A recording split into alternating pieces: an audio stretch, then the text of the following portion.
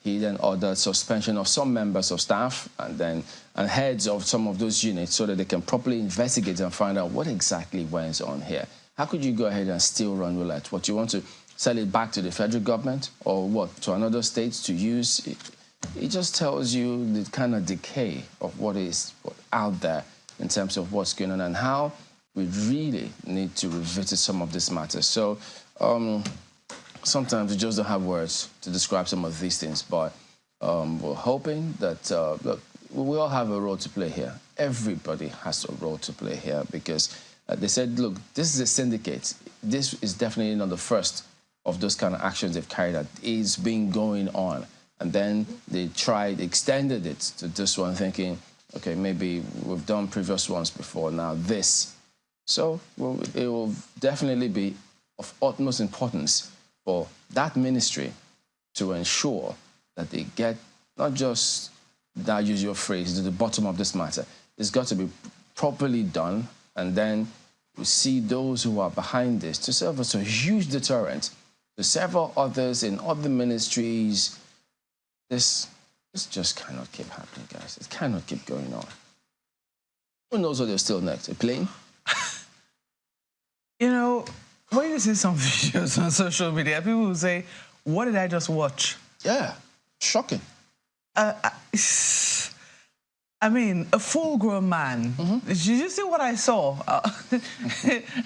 Just in case you're wondering, you know, sometimes when the matter is too serious, you just burst out laughing because you really cannot comprehend it.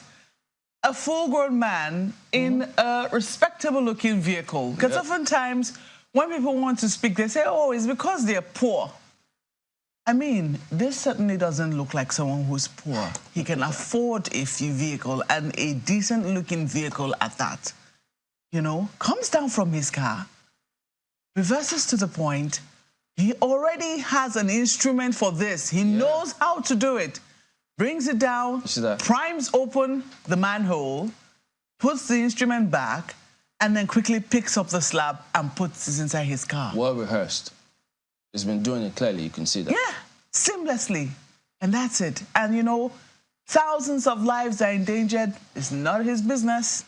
He doesn't care if people die as a result, if people fall into that manhole, if their tires, you know, fly out of the cars or fly out of the wheels of their vehicles as a result of not seeing it. Because I've seen lots of that right here in Abuja, where manholes are sometimes, I mean, this one is even on the corner, it's on the edge of the expressway. But sometimes you have these manholes that are right smack in the middle of the expressway, and people have the nerve to come down from their vehicles, prime them open, and put them in their cars.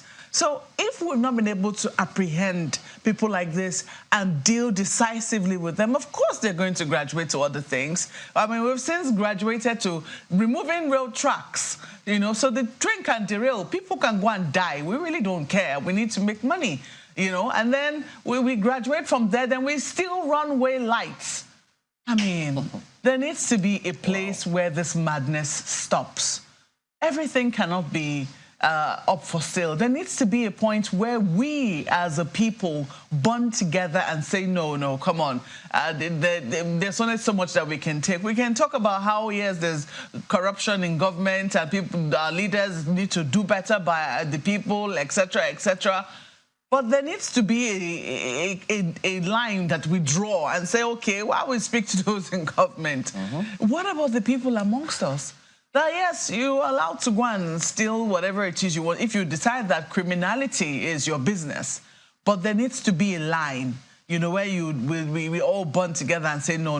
This is not, this, you're not just stealing, you're killing people, you're murdering people. I know that there are different types of murders. You know, you can say, oh, for that government person who doesn't provide infrastructure, hospitals, etc., people die. People die of ignorance because they're not educated. But this is instant and painful death. And this is death that was totally avoidable. So I'm glad that in the runway scenario, FAN has already suspended some of its own officials. It has already, I think it started an investigation into the procedure. I even think some people have been fired as a result of what has happened, because it is scandalous. How do we, you know, how do we say that runway lights are missing? Do you know how many planes? and I think we're stolen in Lagos. You know, Lagos is our busiest airport. We have international flights coming into Lagos. Then all of a sudden, there are no lights on the runway. So what are the planes supposed to do? How are they supposed to land? There's some things that I sincerely hope that, you know, that indeed government digs to the bottom of this, that it's not just parading the suspect, that we actually see them being prosecuted, and that the penalties are stiff. It will not just be theft, it will be manslaughter, because essentially what you've tried to do is kill people. When people like these are prosecuted, it should not be that, oh, they just stole something. It should be that they attempted to kill people. That's basically what they're trying to do. You know, we've since found that I think some of the construction companies, rather than use steel, some of the hand railings or barricades in some instances, they now use concrete. Because since these people will not learn to stop stealing, or we've not found a way to stop people from, you know, they've had to find device other ways to find things that they cannot steal. Well, guess what, Chamberlain? It's not even stopping there. People are not content to steal the iron or the scrap that they can see on the road anymore. They are now damaging our infrastructure, stealing, you know, burning concrete so that they can get to the steel within the concrete on bridges.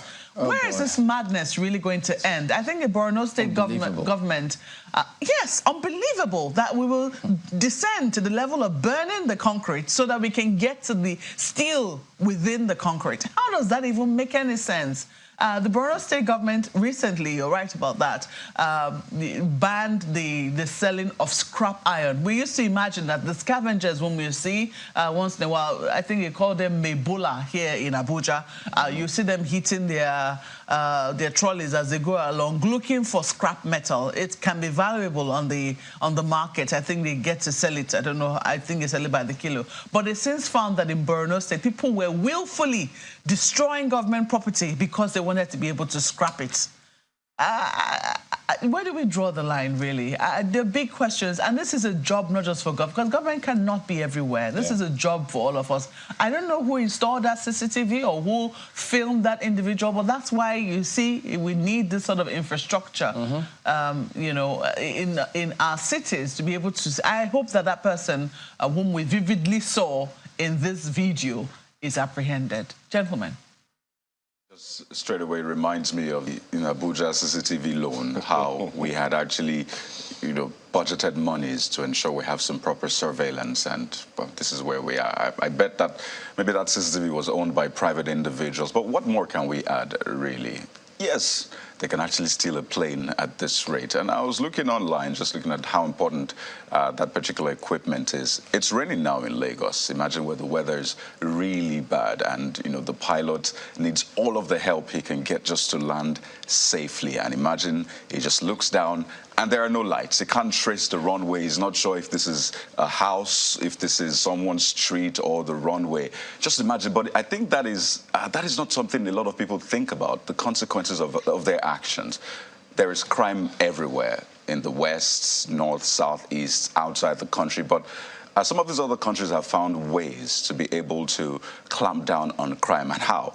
Consequence management. If you do the crime, then naturally you should do the time. For the airport, I don't even want to talk about the attitude of, you know, some workers at the airport. I mean, you've had people's, you know, baggage content stolen. You see people use razor, tear it out, carry huge, not just maybe tiny things like perfumes, big things, they just carry it and nothing is done about it. So we can talk about that attitude, but more importantly, the authorities here. FAN has arrested 10 of them, good enough. Some say, well, this has been happening for a long time. And I'll just end with a statement from one of the military administrators of the airport at some point. Vanguard did an interview with him where he said at that time what he did was tell soldiers to be stationed on the runway. And guess what? He told them to shoot anyone on sight, anyone who tried to come on the runway who is not authorized to. That is extreme, but for him, he said that worked. I'll just leave it at that. But then if that worked then, as you said, Kade, I don't know how long ago that was, but a simple Google search of FAN suspends or FAN suspension, you'll find a number of things. Number one, you'll find that in 2018, FAN suspended airport security head for cows on runway. In 2019, FAN suspends security chiefs immediately. 2021, FAN suspends Lagos airport officials for extortion. In 2019, FAN suspends security personnel after a man jumped on an aircraft. We remember that story. And even in the same 2019, we understand that there was a lady in at Yola airport who was suspended for stealing, guess how much? $600, clearly either from a passenger or something. And the story goes on and on. So is this going to be another slap on the wrist? Or something decisive is going to be done about it? Well, yes, guys, you're right. I mean, we've been having all kinds of vandalism all over the years. The Ambode government, for instance, did a lot of things in terms of bus stop infrastructure, just demarcating the bus stops and all of those things in the city of Lagos. Look, drive around. How many of them are existing now? There was a major work done between mile K2 and mile 12. And guess what we have? They had to literally build a high wall so that people don't cross that place. And guess what? People still cross that way. So, yes, Malcolm, you are correct. We have our jobs cut out for us as a people because the Constitution is very clear. For us as a people, Section 24, D and E, make positive and useful contribution to the advancement of your community, where you reside. So the fellow who took that video, how about calling out the fellow and saying, you're not supposed to do what you're doing, and other people will join you? See something, say something. We heard it before, but what do we do now? See something and record? Chamberlain. Not a bad idea, really, if that can happen. And as a matter of fact, well done to that chap who did that. And I think it's, that whistleblower policy, we have to find a way, if possible, to ensure that you get, because, I mean, one of the major concerns that citizens usually have is if you volunteer information, it could be at your own risk. So think about that. I know that the former Chief of Defense Staff or Chief of Army Staff, they always appeal to all of us to volunteer information because security agencies succeed largely with the cooperation of citizens who volunteer information. The world over is a major component. So food for thought for us all, as a matter of fact. All right, then let's go on and take you through some of the papers as much as we can. We'll start with The Guardian newspaper here today. Akpabio, 13 senators to earn over 5.6 billion naira, ex-governor's pension benefits.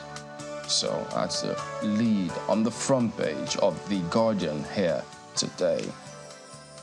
And they've got a pictorial lineup of some of the persons who will benefit, all there on the front page, right there for you to see this morning. So make of that what you will, but they've got several others. Tinubu breaks silence. Orders arrests of Plateau, Benue killings masterminds. So about time. The Commissioner of Police there, he's got to make himself available to speak and comment on some of these matters. It's got to be seen to be, has to be up and doing, really, on these kind of matters. Perhaps change your mode of operation. Anyway, we'll focus on that as we progress on the program here today. And the commander of Operation Safe Haven, I imagine that there is still that operation going on in Plateau State. Absolutely. Obviously, those people are not getting a safe haven. So what exactly is still happening with that particular operation? So that we'll also talk about as we progress here today. But while you visit some of those hotels, just be careful because hotel staff to die by hanging for killing manager, UK returnee. That's also another feature on the front page here. So you just have to be cautious wherever you go out there. That is The Guardian here today. The Vanguard has this on the front page. PDP governors, APC differ over security situation nationwide. They have a host of riders. Insecurity worsening nationwide, that's according to PDP governors. Tinubu's government tackling issue will ensure peace, that's according to APC. 4 policemen killed in Zamfara bandits attack. Gunmen kidnap Catholic priest, 3 others in Ebonyi. Simon Ekpa reacts to Southeast leaders' Abuja meeting.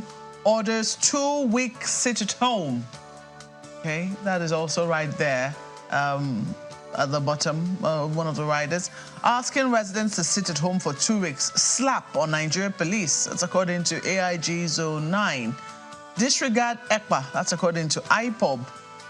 Enugu residents count losses, say we can't cope anymore. So the situation in the Southeast is something that really needs to be looked into. The Southeast elders obviously are, finding solutions, and right now they're asking the federal government to do more to ensure their safety in the Southeast region of the country. Page 5 is where you get details on all of these matters concerning security. But take a look at this. This is a revelation from the current governor of Benue State. Governor Alia says Benue killings not perpetrated by outsiders. Outsiders in what sense would be the question now, but we might want to flip to page 10 to see the details of that particular story. Reps ask federal government to lift ban on fuel sale in international borders. Not all land borders are opened, as according to the acting Customs Controller General, affirms seizures of smuggled fuel. The story is on page 3. So the question is there really need to still smuggle fuel across the border? After all, fuel subsidy has been taken away. Shouldn't they be able to sell? If it happens that we're still able to gain a comparative advantage in terms of selling to our neighbors and making a decent profit from it, why is there a need to smuggle the fuel? Wouldn't it just be proper to say, okay, we're supplying our neighbors at a certain amount and we make a profit from it? I don't know, but you might want to flip to page 3 of the paper to perhaps understand why people will still think that it's okay to smuggle, or what the incentive will be for the smugglers to keep smuggling fuel. NAFDAC warns public against consumption of artificially ripened fruits. How do they know if that's Big question. I mean, we've talked about plantain that is artificially ripened with carbide, but fruits, how am I supposed to know as a consumer when fruits have been artificially ripened? I think an NAFDAC will need to do a lot more on the education of people in helping to identify, even though some people can tell, but sometimes you have to taste it first. That mango at your age, I hope it wasn't artificially ripened the last time. So, but it's NAFDAC here is saying you should be careful that the fruits have not been artificially ripened. I'm going to take one more, and this is about business. Why we invested in First Bank. Honeywell Group speaks about 15% stake in FBNH as a First Bank holdings. You might want to. Big controversy that's been making around on that particular story. It's a major business story right now. You might want to see the story on page 26. Let's leave it there for Vanguard newspapers. And turn our attention to the leadership. Leadership leads with security. And this is what you find right there on the front page. Northern, Southeast governors move to tackle insecurity. It's interesting how the headlines are birthing more questions. What is the move? How are they moving? Because we've seen these sorts of moves in the past. So what is different this time around? Well, maybe do the riders offer any insights? Well, I'll just allow the people to decide. First rider, Tinubu gives service chiefs marching orders on Plateau killings. Reps want state of emergency declared in Plateau, Sokoto. Well, you remember that, the story that Mokwe read earlier, when somebody was reacting to the meeting of Southeast governors in Abuja and saying that he's now ordering, 2-week stay indoor. Sit at home? Sit at home, and, all of that. So perhaps that is one of the reactions to that. But at the end of the day, that collaboration has to happen.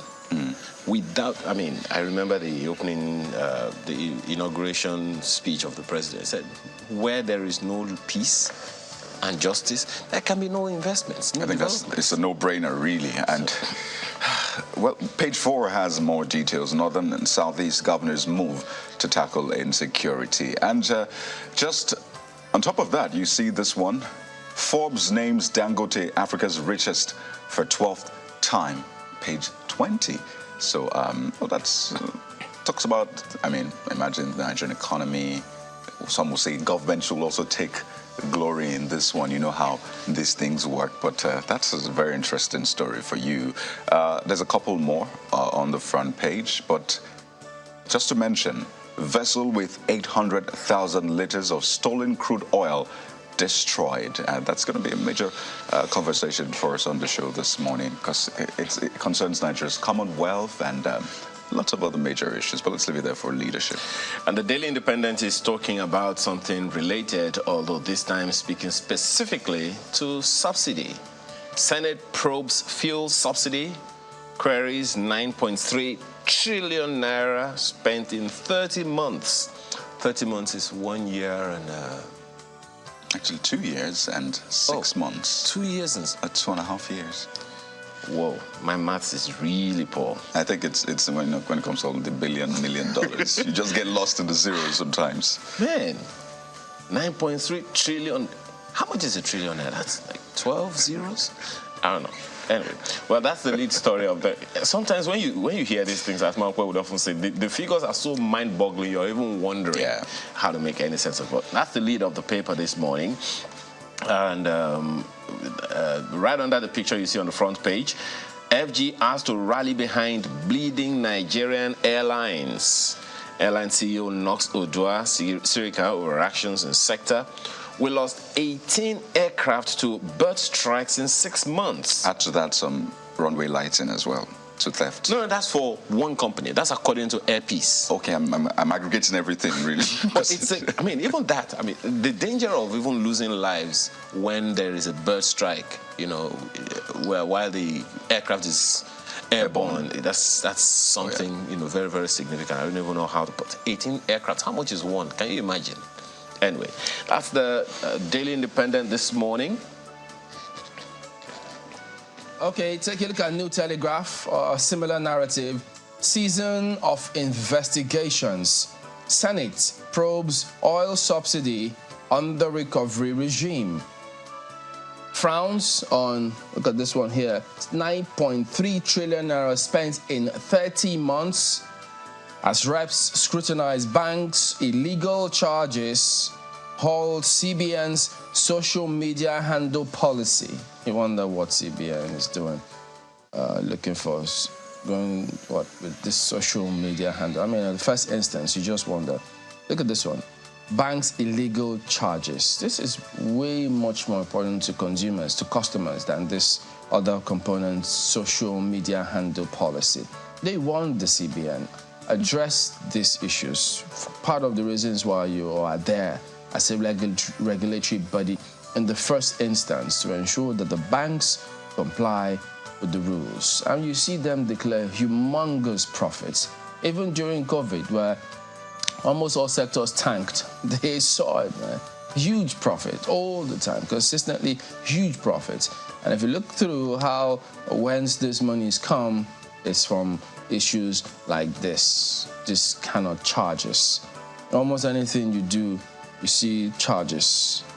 All the time, charges. Wow. And so you also see NAS constitutes committees to screen service chiefs as Tinubu requests Chambers confirmation. And look, subsidy is gone, petrol subsidy, and if they're still smuggling, you then wonder. Remember, part of the reason is that they said, look, we can't afford to be subsidizing our neighbors. So if they're still smuggling, when subsidy is gone, what are we going to remove next? Well, I just hope for the best. I'm still unclear as to what the incentive for that will be, honestly. It really, well, the NNPC, you have a lot of explanation to do on all of this. You always will. NNPCL. Nigeria's revenue endangered as militants vow to crumble oil production. Again, associated with the NNPC question marks. Our marketers confirm capacity, readiness to import fuel. So, again, in that particular sector, because we see the NNDPRA now, because if other agencies are going to be importing petroleum products standards, because even when it was just NNPC bringing fuel into the country, remember there were bad petroleum products that were brought into the country. They passed the buck almost, you couldn't believe it. What has happened to all of that now? It's gone with the trail. The trail is gone cold. Who was responsible? Somebody just decided to profit here? So how do we know that if all these other people get into the market, this kind of things won't happen again? Because if it happened then, and nobody fears the music, it means they feel, look, we could do these things and do it again. 2 cents. That's New Telegraph. Well, taking a look at Daily Trust, and they have this on the front page. OPEC false calls against funding of fossil fuels in Africa.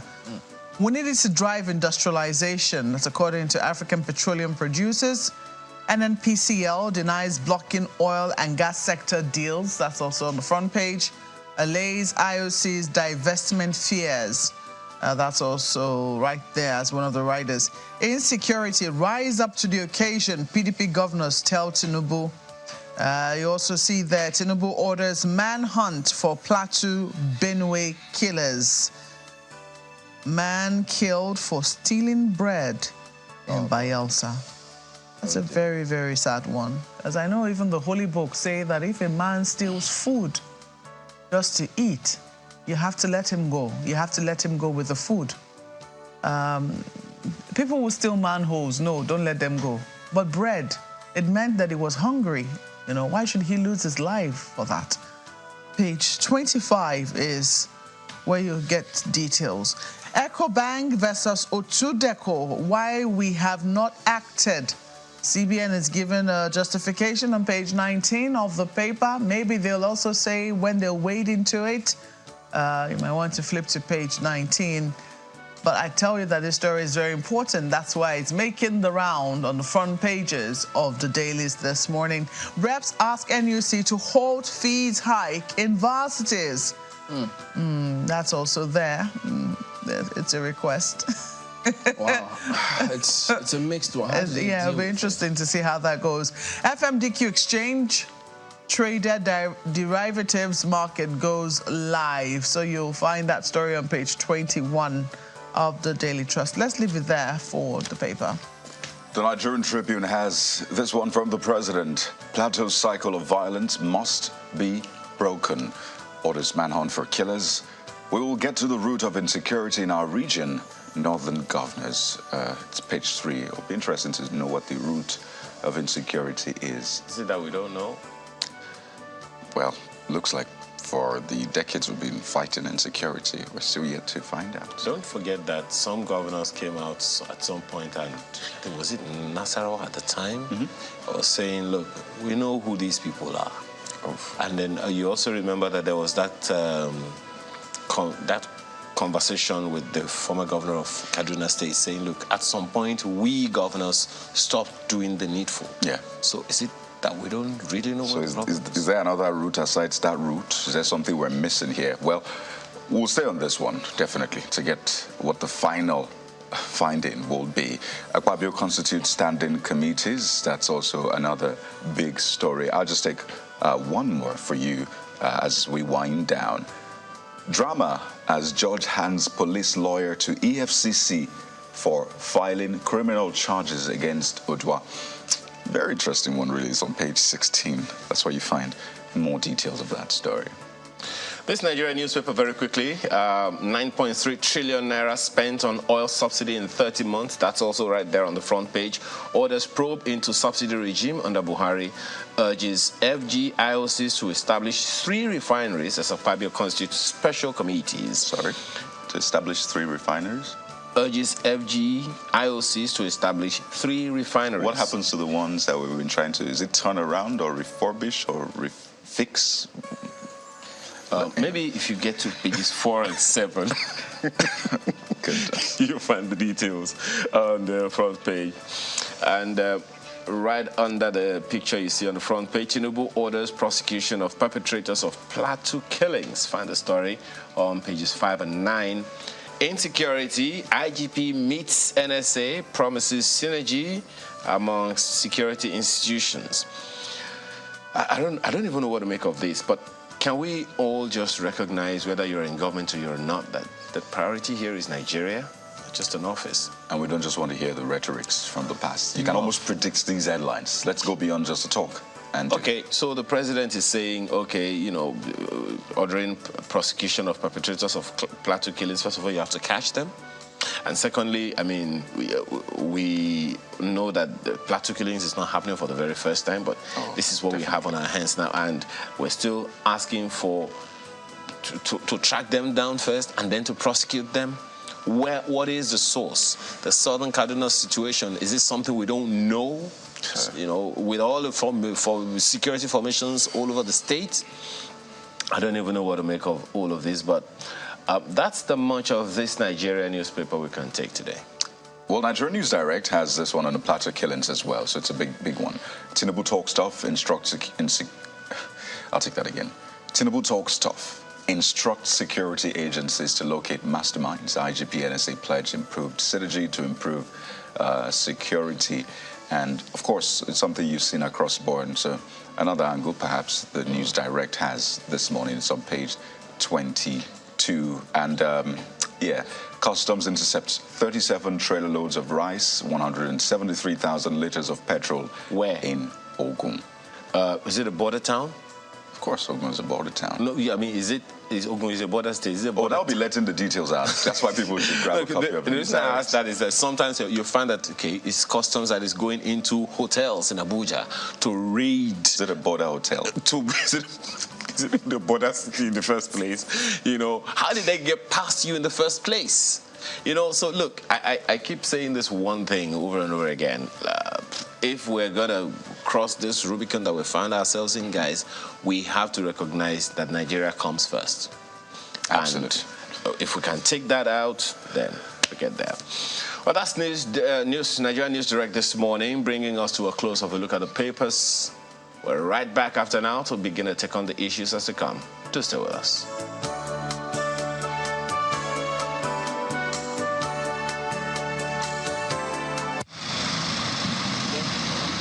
The menace of pipeline vandalism and crude oil theft continues to milk the nation's resources, and this has prompted the federal government to take action. In dealing with that threat, the Nigerian National Petroleum Company Limited engaged Tantika Security Services as one of the companies responsible for securing the nation's waterways and oil pipelines.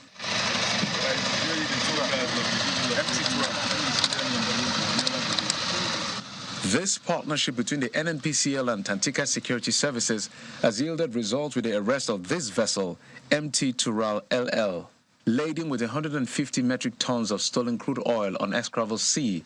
The crude was reported to have been illegally sourced from a vessel jacket offshore with no valid documentation at the time of arrest.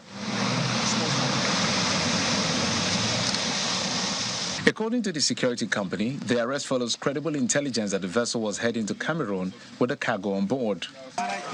They shatter my vessel. Shatter the vessel. So they sent someone on board to take us where to load. So we don't know that's what he wanted to load, but we just followed instruction. So he took us to a jacket. We took you to a jacket. Okay. To load, but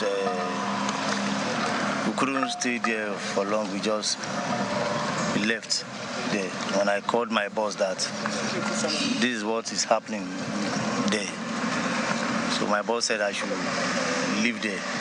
So now on our way going back to our position of anchor, so Tantita boys, Tantita security now cross us. On assumption of office of the current Chief of Defense Staff, General C.G. Musa, he reiterated the resolve of the armed forces and indeed the whole of the stakeholders within the area to continue the fight against criminalities in the Niger Delta area, against our common patrimony, and this includes illegal bunkering, pipeline vandalism, crude oil theft, and the likes. And this has been achieved largely in synergy with a host of stakeholders, which I have listed earlier.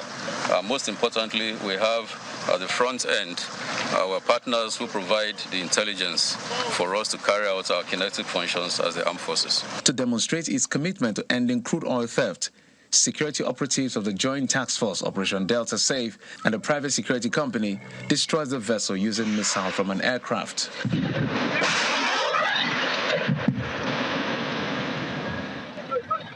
For the Executive Director of Operations and Technical Matters at Tantika Security Services, the destruction of the vessel is just the right thing to do.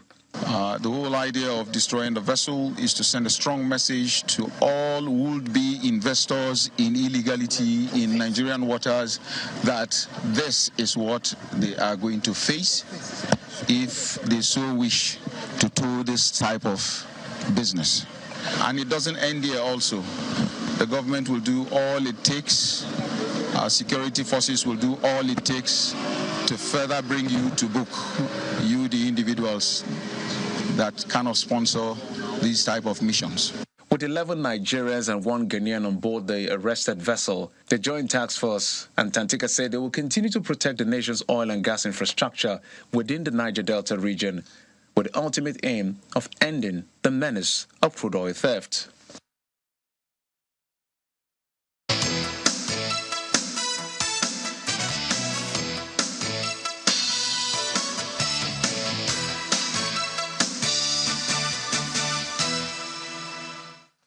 Welcome back. Well, yes, that is what we will be discussing here today. So we've got 2 gentlemen who will be joining us next to speak on this matter. But before we go ahead and introduce them, just to give you a little bit of a background, this has been going on for a while, this crude oil theft. But we also do remember that shortly before the last administration of President Muhammadu Buhari left, the former NSA, then NSA, Major General Babagana Munguno, did inaugurate an 11-member special investigation panel on oil theft and losses in the country. They had their terms of reference that was spelled out, and then it was all clear, listed there to ascertain the circumstances surrounding the illegal insertion into the Trans-Escravos pipeline and Yokri area in Burutu local government area of Delta State.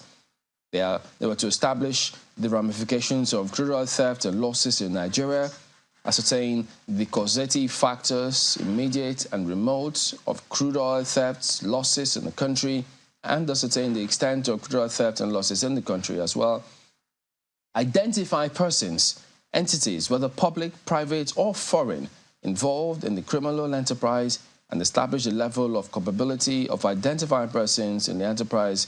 It goes on and it says to also examine the specific roles of regulatory agencies, security agencies, tiers, arms of government, and IOCs in aiding and abetting the criminal enterprise. They were also to assess the efficacy of security architecture and then go ahead and do all that and submit to the government. So we'll be looking to see if that committee has done anything whatsoever. Where are they? Did they hand over anything to this current government? What do we know? What do we have? What are they going to do about all of this? But to speak about this immediate one, this very recent matter, Mr. Madaki Ame joins us now. He's the former head security planning and strategy for Shell, also managing council, legislative development for Shell as well. Good morning. Thank you for coming on today on the program. Good morning. Well, for this kind of matter, I mean, having been there, I'm not sure this is new to you, but with this latest development, considering the kind of efforts we were told were put in place to make sure this doesn't happen, and then the Riot Act read out by the president, current president, saying, look, you need to end all of this in the region and by extension in the country, as a matter of fact. Does this in any way surprise you that it's still going on? It still went on? No, I'm not surprised at all, because the problem of crude oil theft has been on for quite some time, just like you said in your earlier analysis. And, it has assumed the dimension of organized crime.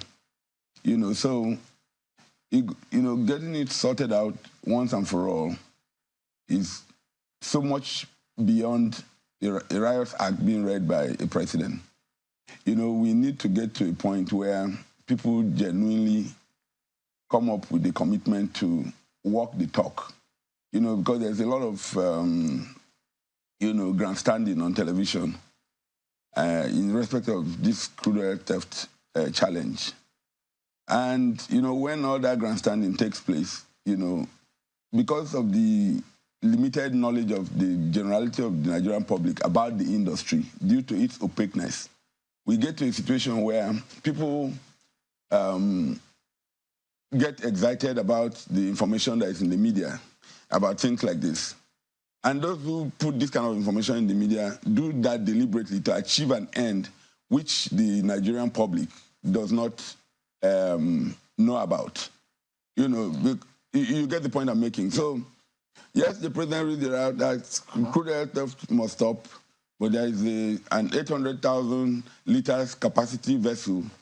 You know, 800,000 liters, by the way, is 24.2 trucks, 33,000 liters truck. You know, so the conventional truck that takes petrol to petrol stations, you know, you have to have loaded 24.2 of them, you know, let's say 25 of them, you know, with products, you know, before. In addition to your analysis, could you just give us your impression of what you think went on with this particular scenario? Because there are different narratives. If you hear the ship owner, how he said, look, he's a fall guy, and what happened, what do you think went on there? I think someone is just trying to hype his work. And this is my blunt assessment of the situation. My impression is that, you know, first of all, there's a lot that's fishy with this seizure, this alleged seizure. First of all, if you seize 800,000 liters of crude oil, that's a lot of money. By the time you convert it into barrels, you know, and all that. Where is the product? You know, because you can't just seize 800,000 liters of crude oil and then you don't tell us where it was pumped to and what they are going to do with it. And then within a day or so, you know, you have scuttled the vessel and set it ablaze without a court order, without any directive from anybody that that's the right thing to do. And you want everybody to believe that you've done the right thing because you want to send a clear signal that crude oil theft will not be condoned. The challenge, the corollary I draw from that is that, you know, it's like when you arrest a criminal, you know, because that's what these people are. If you arrest an armed robber, then you shoot the armed robber in order to discourage other people from going into armed robbery. It doesn't work that way. This is clearly extrajudicial.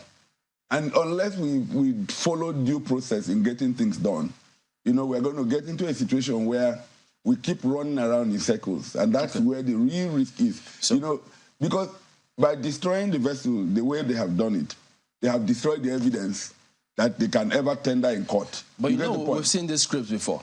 Yes, so if you say somebody, in recent times. So if you say somebody is hyping his work in this particular incident, does that then mean that the one that happened previously with the former chief of defense staff, where he also said, look, this is within the law for us to seize and confiscate the products and the equipment? Because that happened with NNPC was also involved in that one. Was that also a hype of somebody's work? You know, after I got the invitation to be here today, you know, I also activated some intelligence sources that I'm privy to within the industry.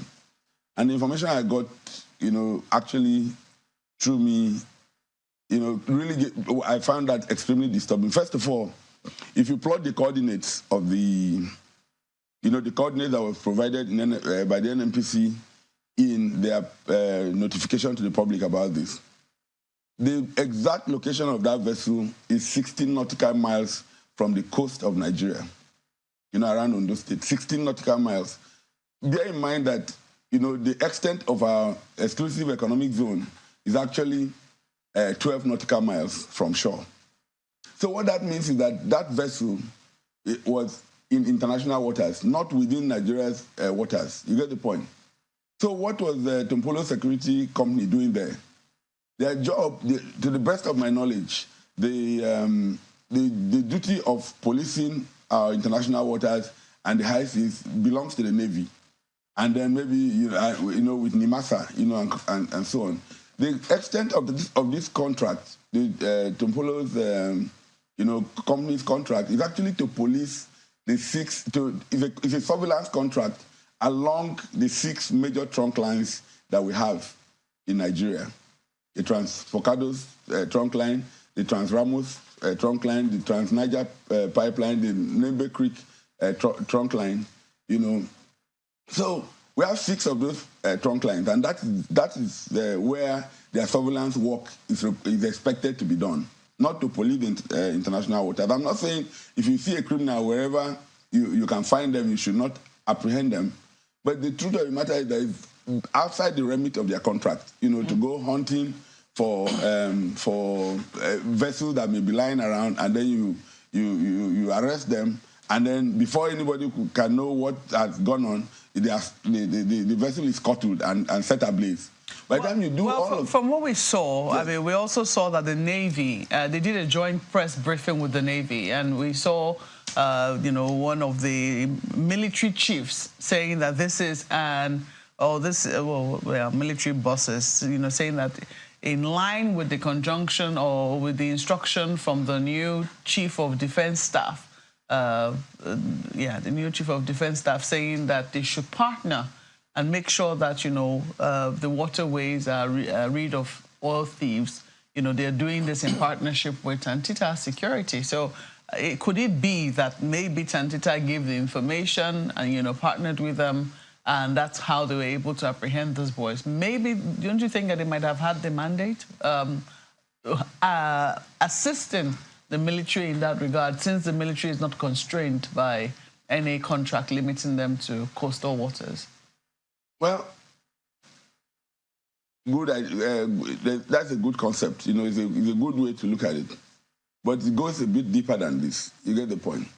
The information that, you know, I told you I did quite some background before I got here, and the information, you know, that appears to be within the same security circles is that the chain of events demonstrates a disturbing trend where the criminals who perpetrate this crude oil theft and who have entrenched themselves deeply in the process infiltrate, you know, the security agencies and try to create the sort of impression that is now being created. I don't put it beyond, you know, the entire situation that I don't think that the Navy, as well equipped as they are and as, you know, professional as they are, will need the help, you know, of a private security organization to be able to do their work, because that's basically what we have been told. Mm-hmm. You know, if it's about, you know, the barges operating in the creeks and trying to move the crude from where it was tapped from the wellhead up to where the vessels are, you know, wherever they are, you know, to bunker them and take them away, I can understand. You know, I can understand that.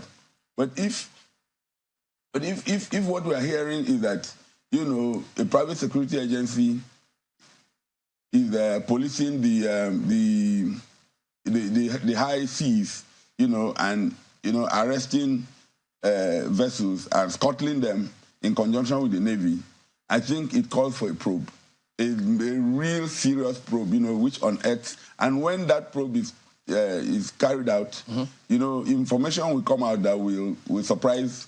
You know, it's not the normal kind of probe, you know, set up a panel and all of that, and then you never get to see the results. You have called this organized crime. Yes. Organized crime is much deeper than what we see. I mean, listening to the captain, I don't know whether to call him captain, but the leader of that particular gang now. There's a captain and then there's Rear Admiral Ferreira. No, sorry, not the captain. The leader of the criminal gang. Yes. Oh, okay. of the illegal vessel. There's a captain of the illegal vessel, yeah? Mm-hmm. He was saying something to the effect that, he got a call from his boss. He didn't really know this. They were told to go and load somewhere. They found out they couldn't stay long. Blah. He called his boss, who told him, okay, leave there. Mm-hmm. You know, it points that there is somebody, you know, he said their vessel was hired. So there are so many loopholes, as you pointed out, that, you know, so many leads that can be investigated. Who is the boss whom he spoke with? Who hired their vessel and, you know, told them to go and load at a certain place? That person certainly had information. I mean, it's not me that's sitting out here that will have information about a wellhead somewhere. So for you, what do you know about this organized crime? What can you tell us? How is it organized? How do people know which wellheads to go to? How do they know that security agencies? How are they able to load 800,000 metric tons? 800,000 liters. Liters, you know, without being caught. I mean, they were not caught in the process of loading. They were caught when they were already away on the high sea. So it would have taken a while for them to have done that particular loading. What information can you give us? There are three key segments of crude oil theft. The first segment are the sponsors, people that you can compare to the drug barons, in the drug trade. These are the owners of the crude, or the major beneficiaries of the sale of the crude when it's eventually disposed of. Then the next people in the chain are the criminals, the foot soldiers who actually, like the sort of people you saw on television, the crew of the vessels, those who actually do the tapping, moving the crude from the point where it's stolen into the vessel where it will be eventually carried away from. You get the point? So, and then the final chain is actually, the market where this crude oil is sold into. So if you want to end this, the perennial problem of crude oil theft, you must destroy the entire strata of. Even that last bit is international. Where it is sold. Yes, you can. How do you destroy that? No, you can, because all crude have their sources. And their signature. And there's a signature on it. You get the point. Every crude from where it's emanating, and every single barrel of crude that ends up in a refinery, either a legal refinery or an illegal refinery. You get the point. Now we have a lot of those artisanal refiners in the Niger Delta, creating all manner of problems. We've seen all the fire, the environmental challenges that come from that. All right. It's something that is more holistic than what we see. You get the point. And the painful thing is that Nigeria is the only country that has a crude oil theft problem among all the countries that produce crude in this whole wide world. So there has to be a deep level of criminality here that encourages what's going on, because the government just simply looks the other way. You raised questions about efficacy of the Navy in this particular matter. But we'll talk about the IOCs as well, of which are they not culpable in this matter? I don't know about culpability of the IOCs. You work with the IOCs. I'm aware. I played quite a lot of roles in Shell. I was head of security planning and strategy. I was the legal advisor. So you will know. I was head of land acquisition and claims. I was, I know, I'm aware of the efforts that the oil companies make. Were they never involved in any of these things? Because the last time... to the best of my knowledge, the IOCs are not directly involved in any way. But indirectly. Or their staff are not involved in the stealing of crude oil. Okay, I don't know what has happened since I left, but the truth of the matter is that there is the criminal ring, is along the chain that I just... Pardon me, we'll come back to that. Yes. But since you did raise concerns and questions for the Navy, we do have Lieutenant Commander John Danjuma. He's retired now, but he's a former Navy intelligence officer. He joins us virtually. Good morning, and thank you for joining us on the program today. So go ahead and give us your impression about some of these matters, because when he says there are huge questions for the Navy, was that the case while you were there? It's been quite some time that I left the Navy, and I can tell you confidently that this was not the case. If you remember, in the year, is it 1999 or thereabouts, when General Obasanjo took over, there was a case of a whole ship that was missing, and a very senior naval officer was convicted. So you can say that, yes, to an extent, the Navy cannot wash their hands off such happenings, in the field. But the extent to which it has increased today is beyond comprehension. Like the last speaker said, there has to be collusion somewhere. Our former Chief of Navy Staff, Vice Admiral Awal Gambo, said that for you to load such quantity of crude oil You know, it's not like needles in a haystack. You know, these are massive, you know, tankers that even the blind can see. So we see that it has now become big business. Yeah, let me ask you. I mean, do you also believe in the school of thought that even at that time, where you refer to 1999, that there were really big boys who were involved in it, the brain behind some of those things, and they were not even convicted, just as we see here today? Do you believe that school of thought?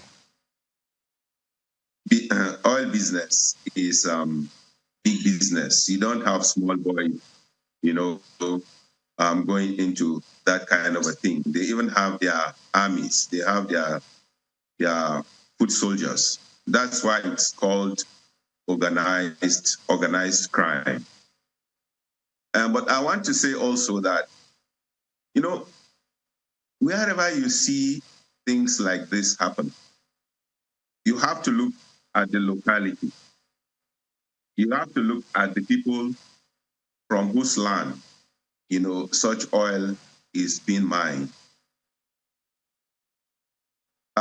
Insecurity or crime generally thrive in an atmosphere where people, you know, support it.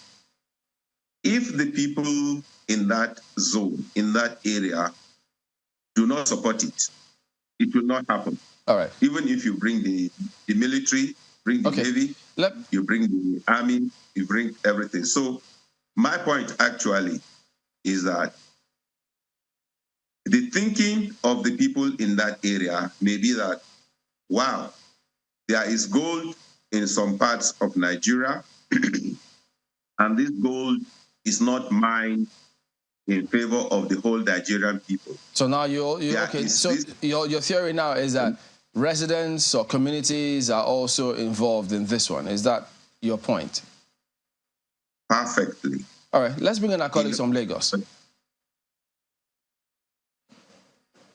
Well, thank you, Chamberlain. Let me just follow up quickly because Mr. Ame said quite a number of things. And it was also said that this vessel has been arrested twice in the past, but somehow it got away. And this is for Lieutenant Commander John Danjuba. And that is a major indictment on security agencies, really, especially the ones who have the responsibility of securing and manning our waters. So help us understand, how is it possible that vessels arrested in the past get away? If that's not indicted on just security, it's an indictment rather on the government itself. So what is the process really, and how is it easy for them to be arrested and then get away, maybe, I don't know, with a slap on the wrist, or is it that they sought the security agencies, arrested again, and they get away? That question is for me, right? Yes, please. Well, I'm not sure of the culpability of the military. You know, if your question is that vessels are being bombed now or destroyed, because in the past, when such vessels are impounded, then they are actually being released to the owners. You know, I am not aware of that. But what I think I want to say concerning this matter is the issue of burning the vessels. You know, I link that to when houses are destroyed, you know, without recourse to the law courts. In parts of Nigeria, they say that houses that have been used by kidnappers, you know, are destroyed. In the same vein, we are saying now that vessels that have been involved in stealing crude oil should be destroyed. One thing that caught my eyes yesterday was the value of the crude oil and the value of the ship that was destroyed. I think that due process should allow us to charge these people to court. They will be able to speak, and then information will come out as to who and who are behind it, and the big boys will now be exposed, and then we can have a solution to it. And if I quickly... If that happens, then when questions like this are asked, we will know, how to give an answer. Okay, two issues quickly, Lieutenant Commander. Are impounded and destroyed, you are also destroying a lot of information that could lead us in preventing such acts happening in future. Very valid points raised there, but two issues now. First, are you saying that there's a possibility that the crude was not offloaded before that destruction took place? Just yesterday, I was trying to see about the sleaze, about how far we have come in fighting corruption, particularly, in the NNPC. And one of the sites I saw was how a vessel that they had spent $60 million, to refit, there were issues about that colossal amount. So the point I actually want to bring out now is, in the past 8 years, for example, we have had a president who is the be-all and end-all concerning the oil industry.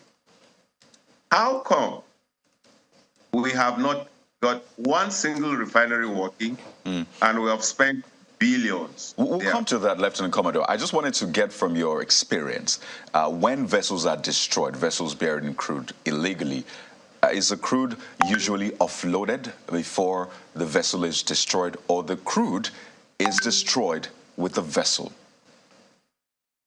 I will answer your question pointedly. I won't confirm in all the cases that even the vessel that was impounded actually had crude oil in it.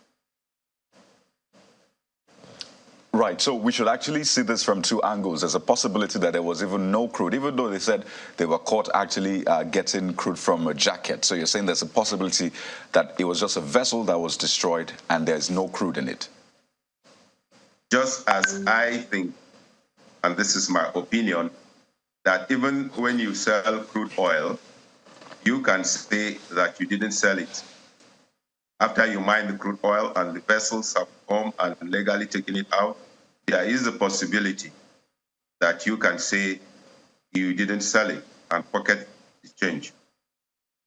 Okay, I'm trying to really wrap my head around some of the responses here because they're raising even more questions. But quickly tell us, before we go to Mr. Ame, how are the vessels usually processed when they are arrested by the Navy? I'm particular about the point made that it was arrested twice before and then got away. So how are vessels either operating illegally, bearing illegal crude, what have you, how are they processed in the Navy? Because it's a major indictment, as I said.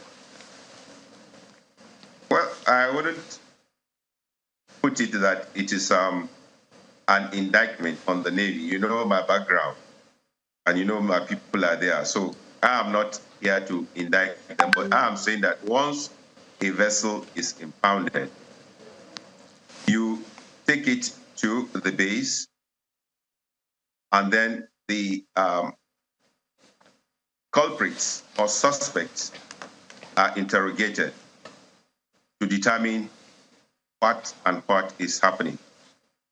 And thereafter, they are sent to the police.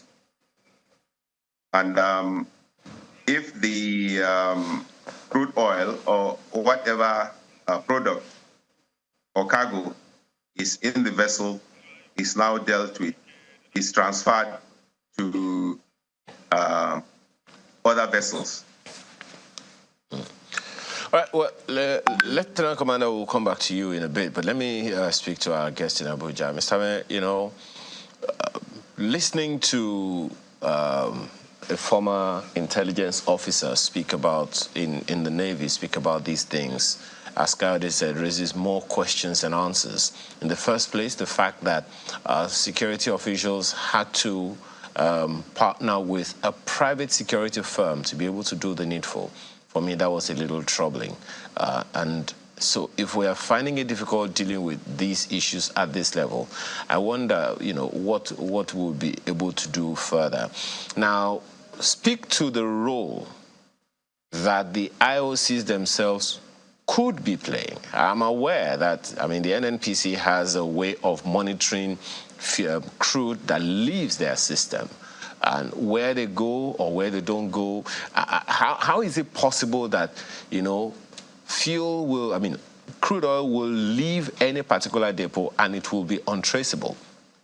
Kayode was, asking that question in a particular way, but speak to the possibility of how these things really does work.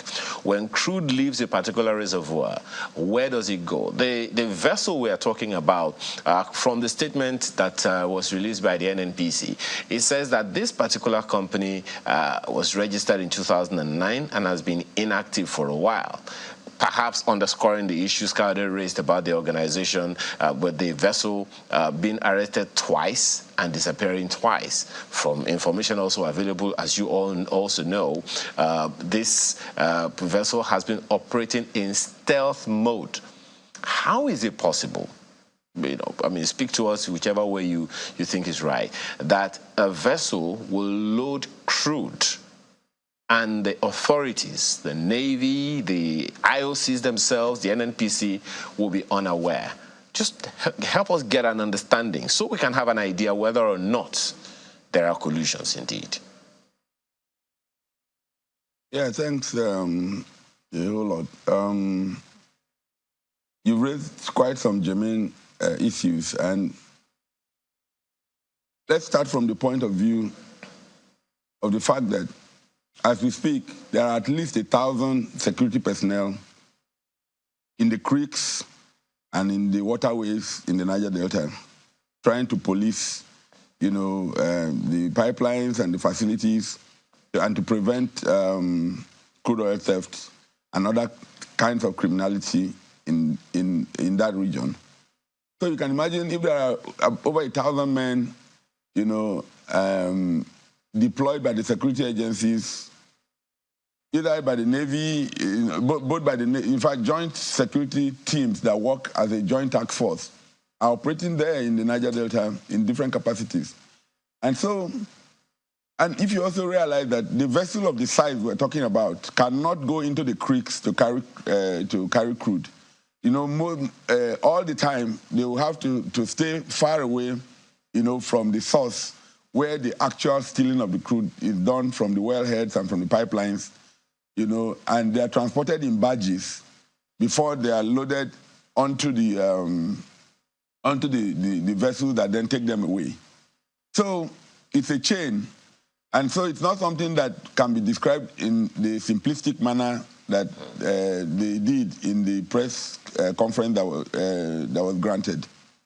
Because, like I mentioned, in my initial comments, when you plot the coordinates that NNPC themselves released in their press statement, those coordinates position the vessel 16 nautical miles off the coast of Nigeria. And that's already in international waters, so it's not within our exclusive economic zone. So it's not as if, they caught them tapping. There are no oil facilities that belong to Nigeria that far off.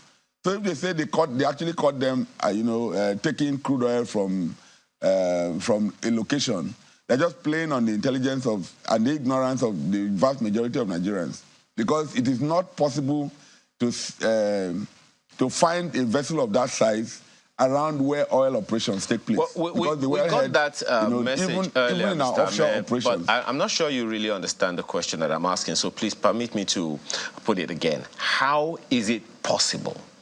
Because information available that you also are aware is that they said that about 150,000 liters or so of crude were in this particular vessel that's been caught and destroyed. So how does it happen if there is a reservoir, and the NNPC has a monitoring system, and the IOCs themselves have a monitoring system, thankfully you work with one of them one way or the other, how is it possible that the crude would leave a particular reservoir, go into a particular tank or whatever it is, and no one will know? We won't call that a theft because there is a monitoring system, or isn't there any? You'll be surprised that there is no organized, there is no structured working monitoring system for the crude that flows through the pipelines in this country. And that is one of the sad things, you know, because we've been talking about metering. We've been talking about the need to ensure, just like the Saudis do. I'm sure you have watched the video of how electronic, you know, up to the minute, in fact, up to the second data that they get on their crude oil production, and they monitor their pipelines real time online, you know, and you can stay in the control room and see exactly what's going on anywhere along the pipeline. This technology is not rocket science, and it is technology that I'm sure will not cost us an arm and a leg compared to the losses that the country has been encountering from crude oil theft. And that's why I keep telling you, I've mentioned, you know, a few times in the course of this program that, you know, this is organized crime. A lot of people benefit from the sleaze that's going on. And because most Nigerians don't really understand what's going on in the industry, and NNPC and the other regulatory agencies are not helping matters because of the extent of opaqueness of the industry. People just throw their arms up in the air and just hope that there'll be petrol, you know, in the petrol stations when they go to buy. Now it's almost no longer, you know, affordable to most people. But to answer that question, in an industry that is run as a business, anywhere else in the world, the sort of lackadaisical or you know, criminal negligence that's going on right now, you know, where everybody looks the other way and more than 400,000 or 500,000 barrels of Nigeria's crude is stolen on a daily basis, you know, keeps taking place on and on and on, and people just give excuses for their inability to stop it, you know, will not be going on. Okay, well, Mr. May... And the point, so this calls for an open probe. Okay. It calls for a deeper probe and an investigation that actually goes to unravel what's going on here. Because which raises that question, pardon me for butting in, which raises that question of the modalities. Recently, one of the leaders of you know, in the Niger Delta came out openly and said that as far as he's concerned, the security agencies, and he mentioned specifically the Army and the Navy, being culpable in this. So if in any way, of course, the Navy has come out to debunk it without, you know, apprehending the man to answer questions as to whether or not. So do you see any chance that any probe will indeed be productive to stop this tide? Because it's been going on, as the NNPC said, for more than 20 years.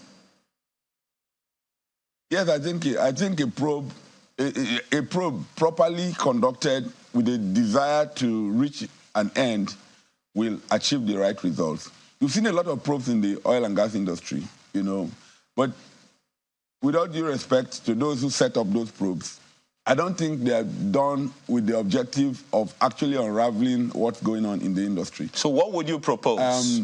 It is more like an arm-twisting exercise to enable those who perpetrate this, go behind, pay whatever they need to pay, or get those who are doing the probe involved in the in the sharing of the loot.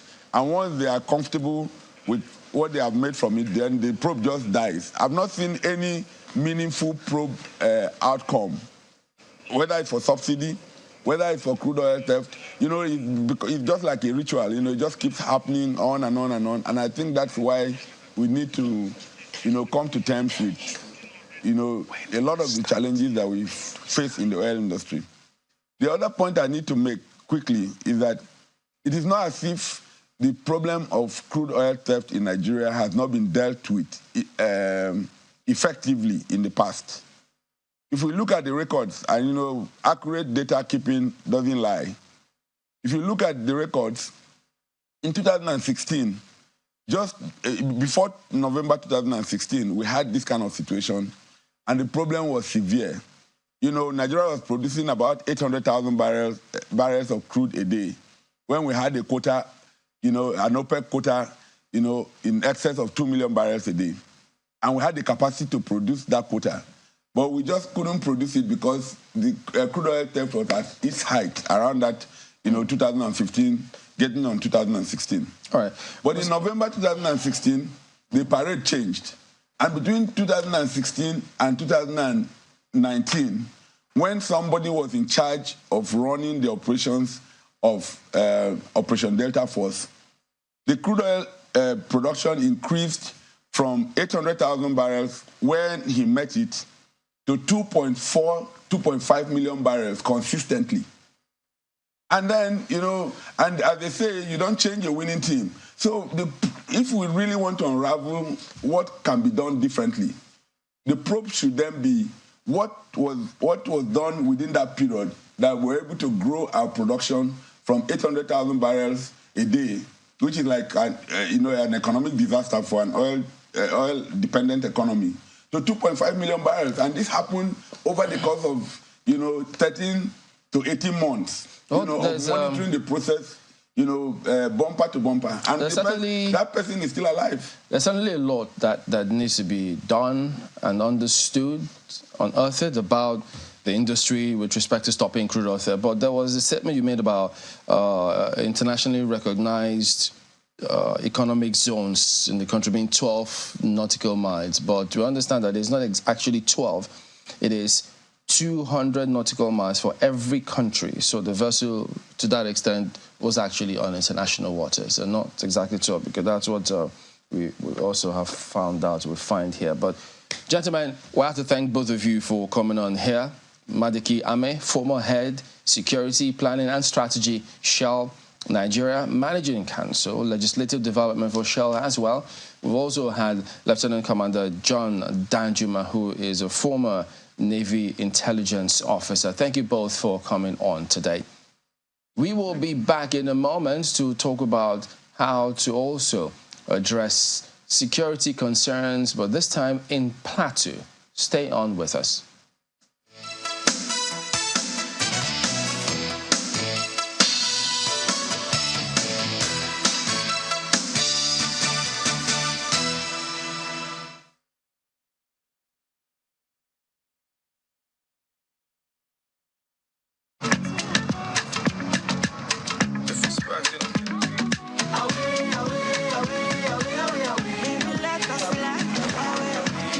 Sweat, you lose ions too.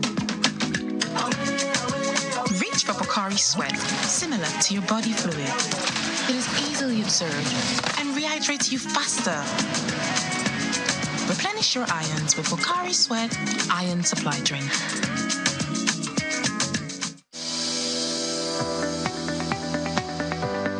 The Duchess International Hospital opened its doors in October 2021. The mission of the hospital is to reverse medical tourism. We take particular care here at the Duchess to bring together a combination of the brightest and the best locally, as well as Nigerians in the diaspora who are interested in returning to do very good work for the benefit of our patients here in this country.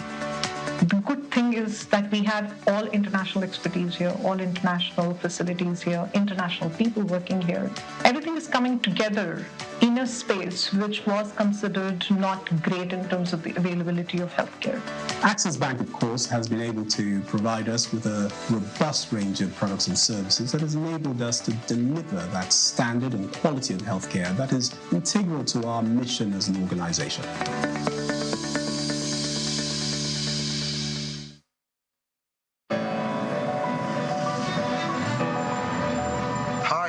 I'm Pato Rankin, and they don't call me World Best for no reason. I only deal with the best. Be it auto or business, 100% claim is always guaranteed.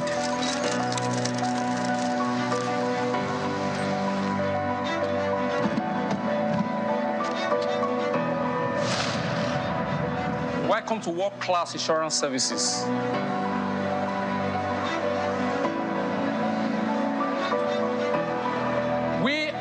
call insurance. Where insurance truly works.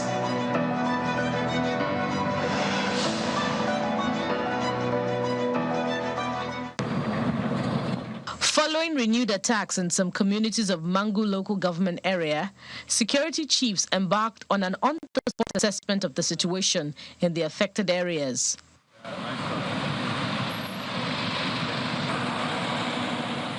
It's a litmus test for the new Commander Operation Safe Haven, Major General Abdul Salam Abubakar, who visited the scene alongside personnel of the Joint Security Task Force, with the commander and the troops staying back to monitor adherence to the curfew order.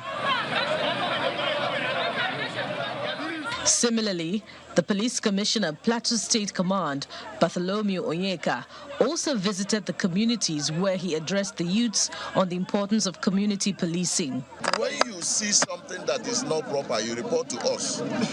But I'm surprised from that time till now, none of you has come to give me any information regarding what is happening here in Mangu.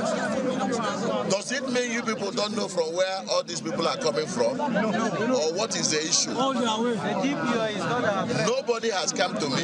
And I said, if you don't want to give the information to the DPO, come to me in Jos. I will personally lead operations to come and take charge of everything.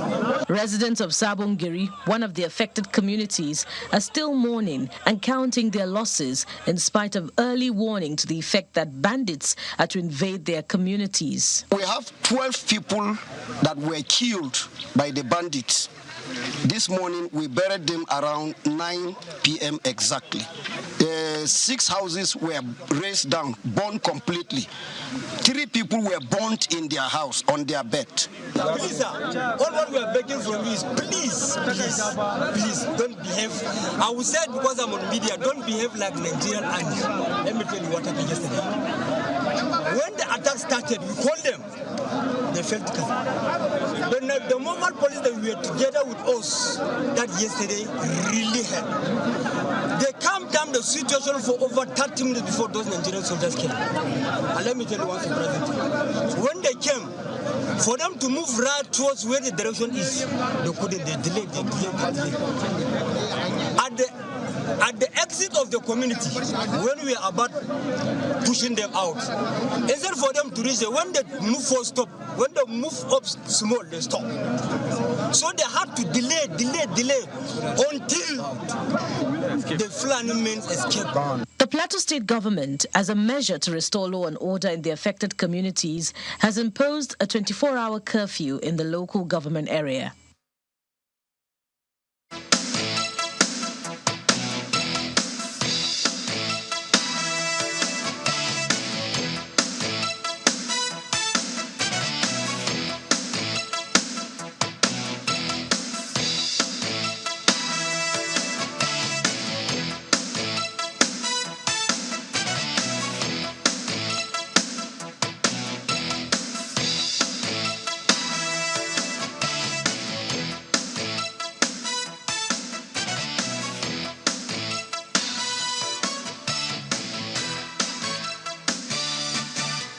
Welcome back. Senator Dickett Blank joins us next. He's representing Plateau Central. He's a member of the APC. Good morning, Senator. Thank you for coming on today. Yeah, good morning, and thank you for finding time to talk to us. I'm sure you have a deliberate desire to have peace on the Plateau. I'm very grateful.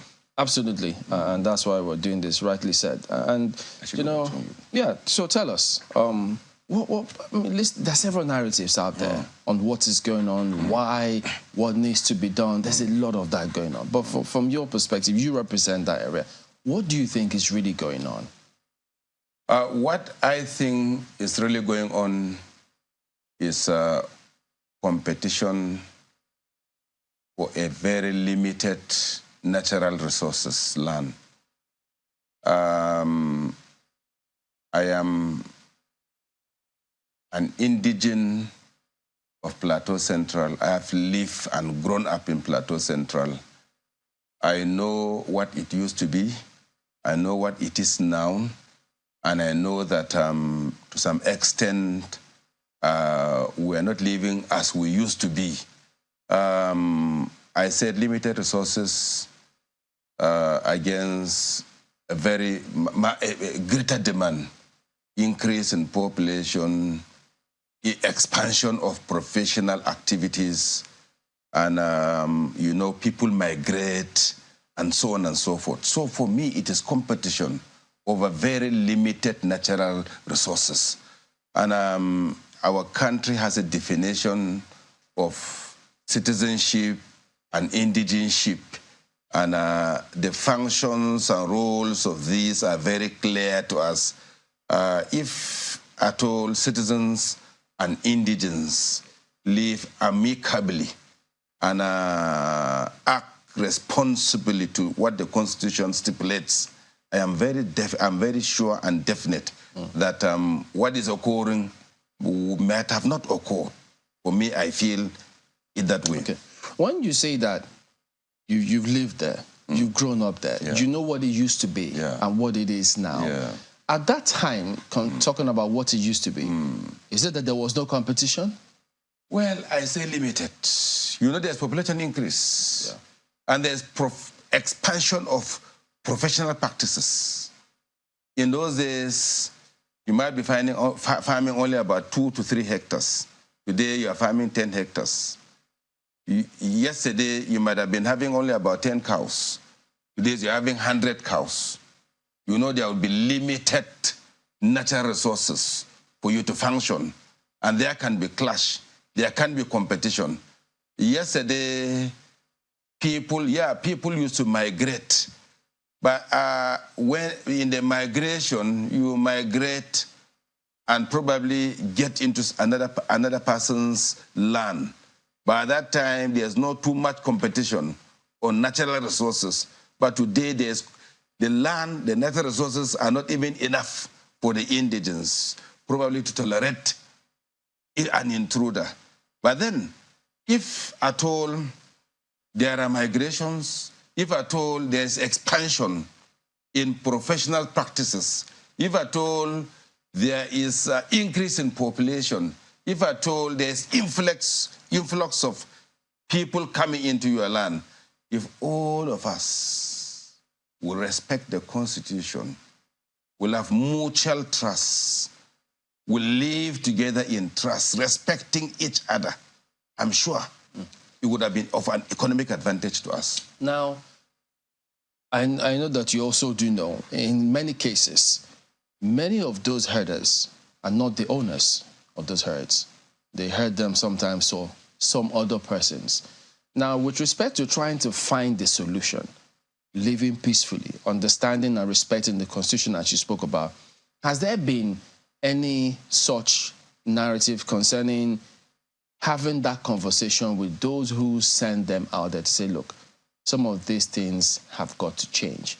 We have to change the way we do things so that we can live together. Has that ever happened? Did they achieve any result if it happened? I'm very certain that the crisis you see on the plateau can be backdated to some decades back. And you are all aware that this has been the challenge for almost all the successive administrations. And you will be aware that Governor Lalong is the last governor of Plateau State. You will be aware that he was able to come up with a peace-building agency. He was able to come up with interreligious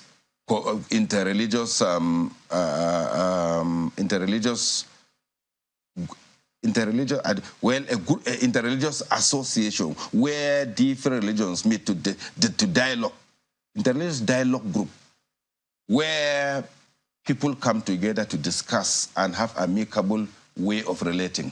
So what am I saying? You get back to Jang's period, you know, all the crises were there. Dari had a fair share of the crisis. So there has been a lot of efforts from a traditional point of view, from a religious point of view, from development associations point of view. All tiers of government have certainly have sufficient dialogues towards ending these crises amongst us. And I say it again, I wouldn't want to admit that most of our brothers, the Fulani, that we used to live together. I grew up in a village. I grew up with Fulanis. We live amicably together. We eat together. We do celebrations together. When they have marriages, we go. We take their kwasam, no. We eat their niri, nyama niri with them.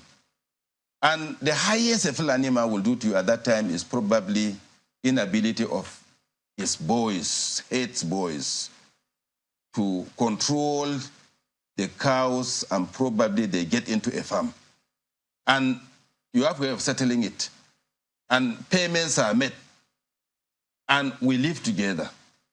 I assure you, live together very reliably. I have a lot of them that are friends. So I'm coming. Now, I believe that little crisis, if we're left alone, could be resolved. But when you have issues amongst yourself, and we run somewhere to report, and probably it is classified as an identity conflict, it is possible that a Yoruba man is having a problem with an Igbo man, but you wouldn't say your personal clash can be classified as a tribal clash. When a headsman has a clash with a farmer, it should be tackled like two of them having issues. It shouldn't be a Plateau indigene having issue with Fulani and Plateau indigene are fighting. When you classify it that way, it gets external support. But when you deal with criminality of individuals as individuals, and you try to settle them, it can end that way. So when crises are shifted from criminality of individuals to a crisis among identified groups, it expands. And if it is said that maybe Fulanis are killed by Plateau people, any Fulani anywhere will say they are killing my people. Before you know, support and reaction can come in. You know, it's a reflex act. The person will not go in to find out what happened between a Fulani and a headsman, a Fulani, a farmer, and so on and so forth. So for me, we are at the period of resolving trusts that have gone out between people who used to stay reliably, peacefully together. And in that case, for me, I thank channels, I thank the media, I thank you for creating an opportunity for us to speak about this, because when we speak about this from a brotherly point of view, we'll be able to fish out criminality amongst us. And we'll all accept to deal with criminality, anybody who is a criminal within us, without putting an identity to a criminal. When we put an identity to a criminal, it expands and it finds support. I want to believe that somewhere along the line, probably an indigene and probably a citizen have clashed. There might be a reason for that clash. If we nip it up from that position, it will not lead to this, that it is classified as this ethnic community is in clash with this ethnic community. It will expand and will not have control over it. Well, I think it's also very important to emphasize once again that we truly sympathize with the people of Plateau, especially Mongo local government, who are currently going through this. We have friends from that area and lived there for a bit.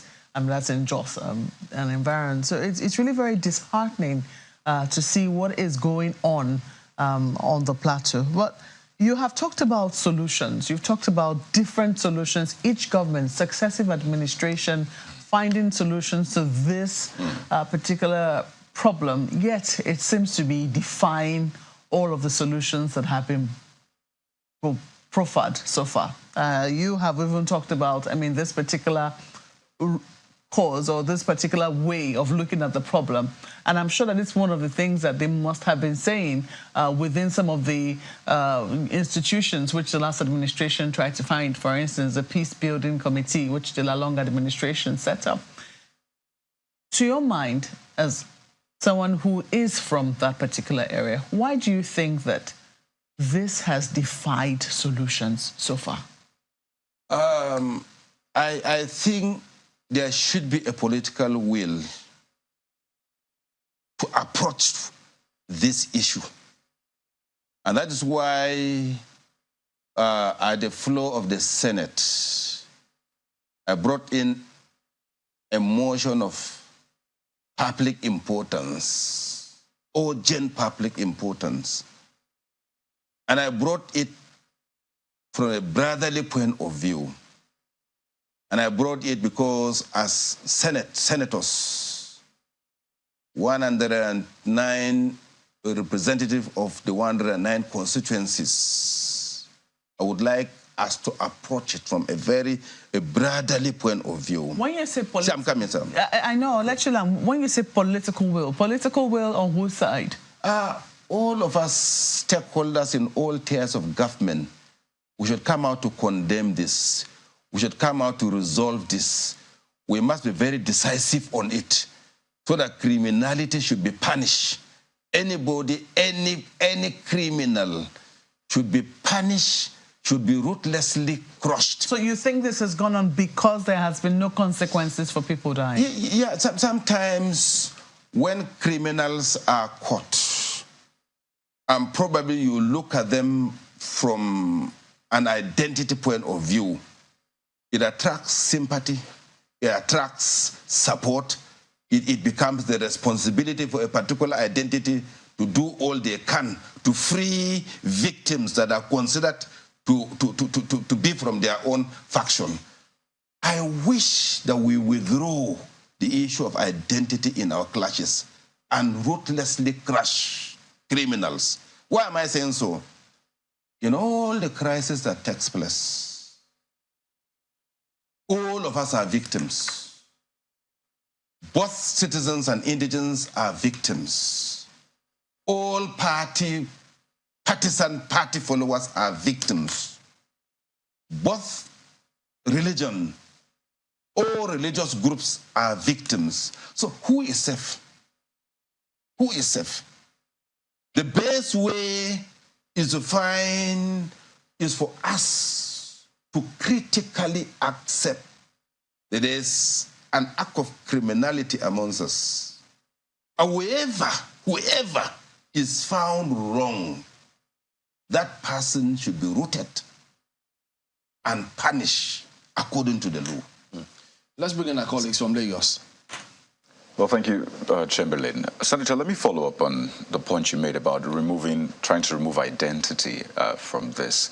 I was reading the president's statement where he talked about, reprisal attacks, this essentially being reprisal attacks, and that they are needless and avoidable. But he spoke specifically about the fact that this is among communities. Magban has spoken about this. The communities, the indigents as well, they have spoken about this. So if you're saying remove the identity, but clearly these are communities that are, in quote, warring against each other, because the president has called it even reprisal. So essentially saying one community attacks the other, and the other community finds another time to attack that community. So why not speak to what it is really?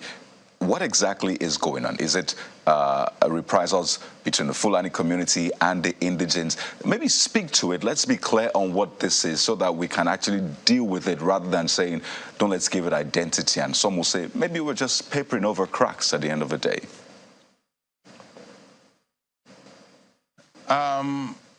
Are you through? Is it through? Yes, please, go ahead. I see him speaking. Yeah, go ahead. Okay. What brings about reprisal is because the crises have an identity. They are considered to have an identity. when a particular community discovers or it is said that a particular tribe have risen against its tribe, it brings about reprisal. Whenever you see another of that tribe anywhere, you approach him and you begin to exchange blows or something like that. I'm just saying that there must be a beginning. And this thing has expanded. And the expansion comes in as a result of classifying crisis with identity. It is very possible that there was a beginning, and it might have been a clash between maybe a farmer and a Fulani man. If the crisis were nipped at that level, and probably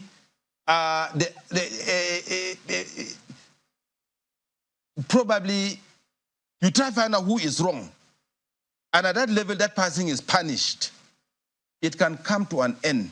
But when there's a clash, probably between a farmer and an indigenous farmer, and probably a Fulani herdsman, and the narratives are either they are killing Fulanis or Fulanis are killing us, you know the reaction will be spontaneous.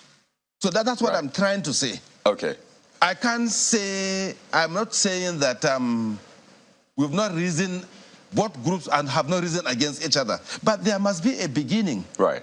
If it is nipped from the beginning, I believe that reprisals would not be repeating itself. Okay, so quickly, Senator, the president in that statement as well spoke about tolerance and forgiveness as an end.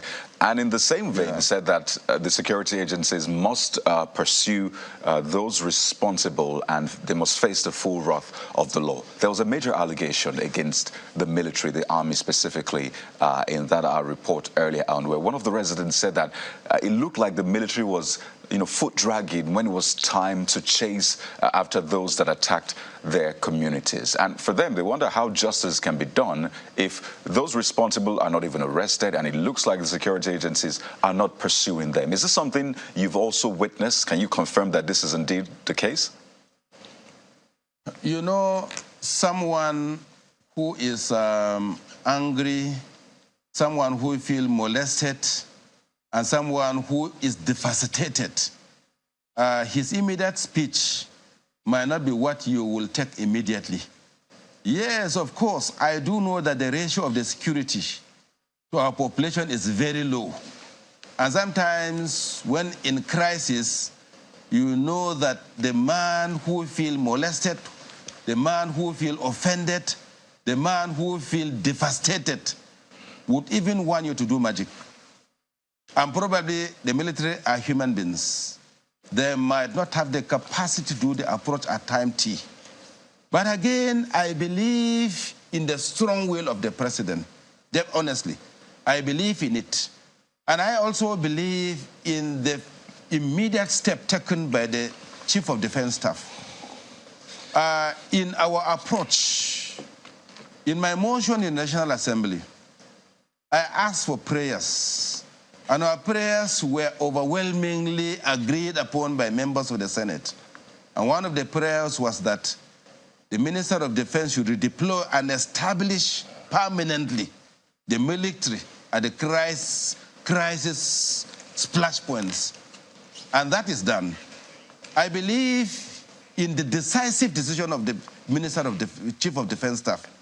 I believe that the military in Mangu are going with a very strong will to do justice.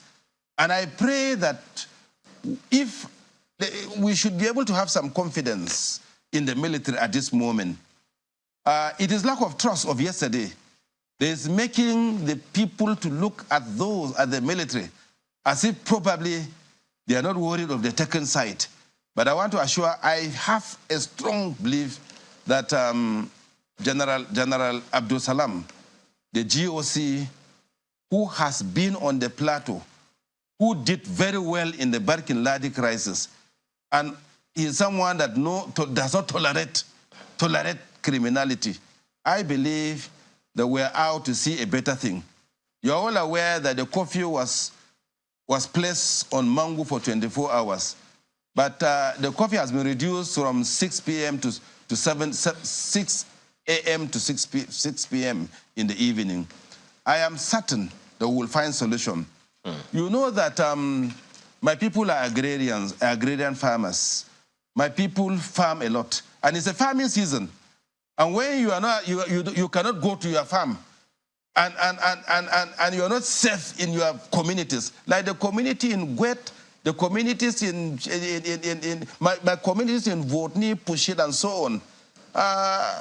It's devastating. But I still want to assure my people, and I still want to rely that the military will do justice. Okay. Peace will come back. Well, Senator, today is July 12th. Just about a week ago, you made some comments on the floor of the Senate, recognizing, of course, that the insecurity issues are as prevalent as they are. But on that same day, you were reported as calling for amnesty for bandits, essentially saying that you queued against another public figure who had made a similar statement, saying nobody is perfect, so if there is genuine repentance, we should accommodate it. You don't beat a child to kill him, but to make him know that he has done something wrong. Now, that's what you said just about a week ago. And listening to you now, would you say that your position at that time is the same as at this very moment? You were told. You were told that I said that. Did you or did you not? No, you didn't hear me saying that. Did you or did you not say it? You didn't hear me saying that. It's in the media that you said it. I did not say that. Okay. No, I did not say that. You will find two reports. You will find one report that I said amnesty should be granted to bandits. I assure you that when you leave a loose end to bandits, that there is amnesty to them, criminality will increase. Criminality will increase. But I said at that interview that, just as said, we should be preparing to create space for forgiveness, even amongst ourselves.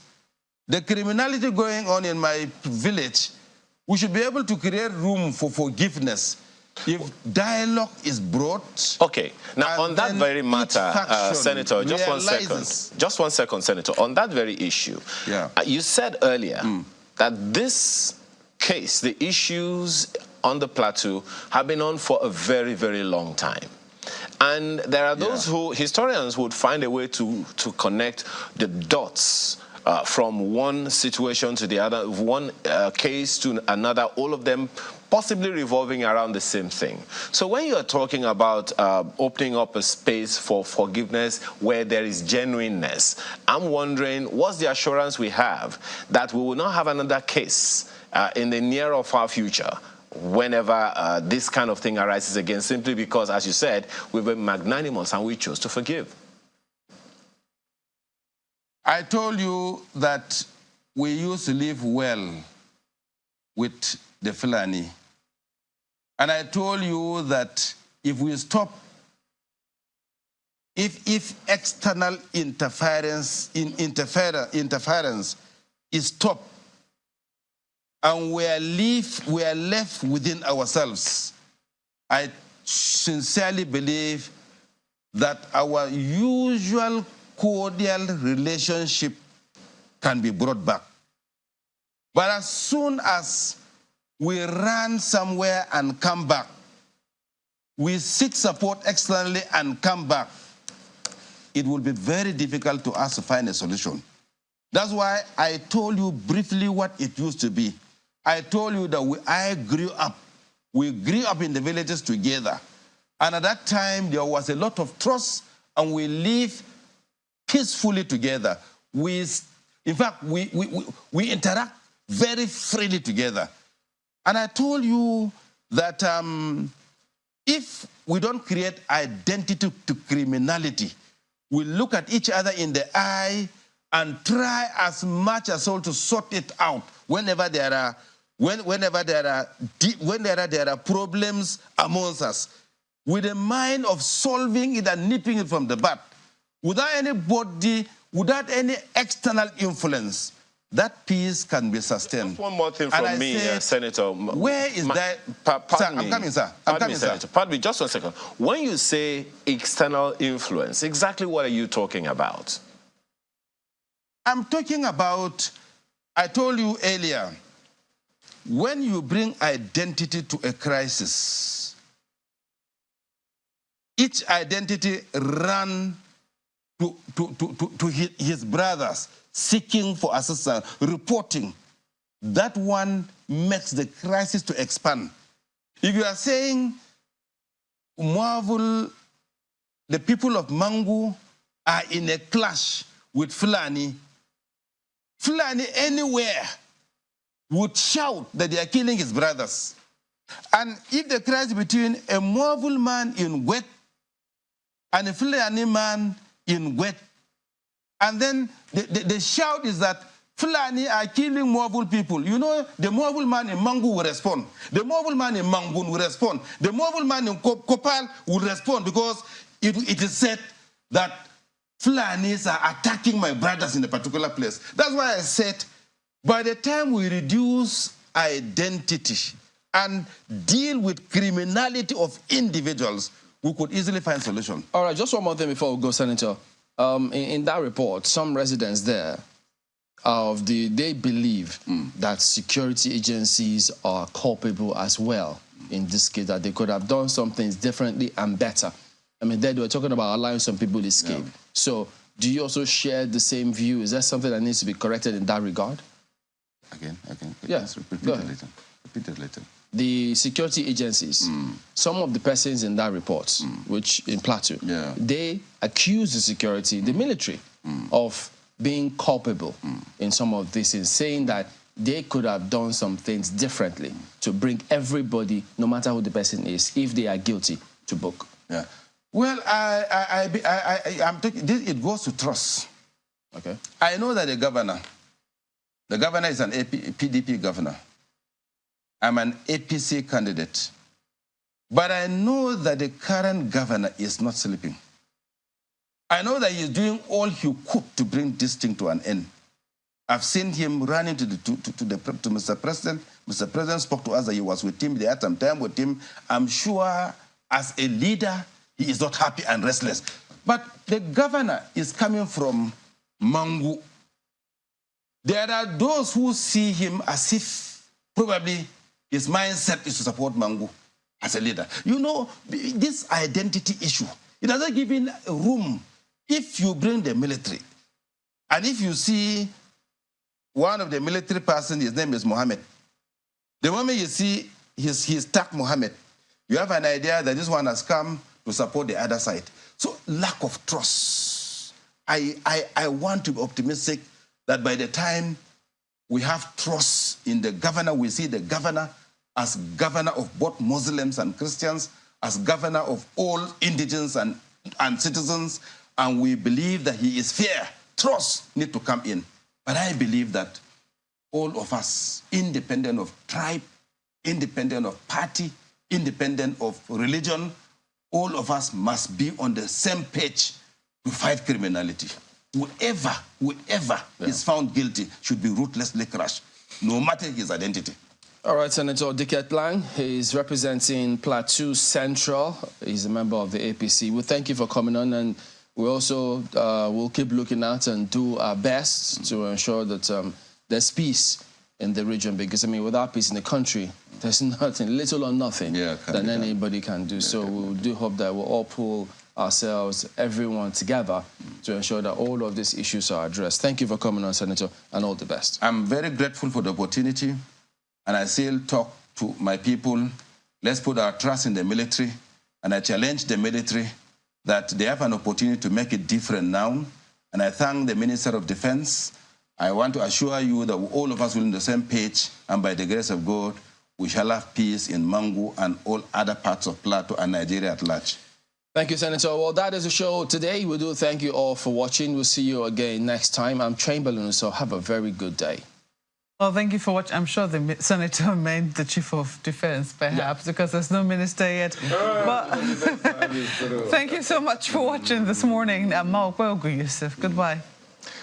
I don't know why I'm tempted to say, do not steal manholes, do not steal runway lights, do not steal, literally. Let's be kind to others and to our nation, Nigeria. I'm Kayode Okikilo. And I'm Ayo Makinde. Do have a productive day.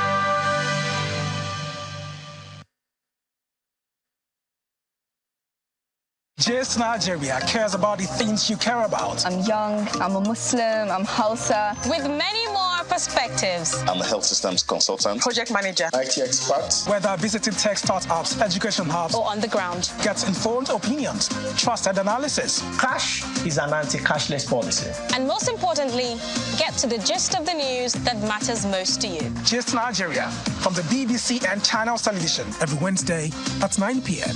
and online too. It's engaging, fascinating, and insightful.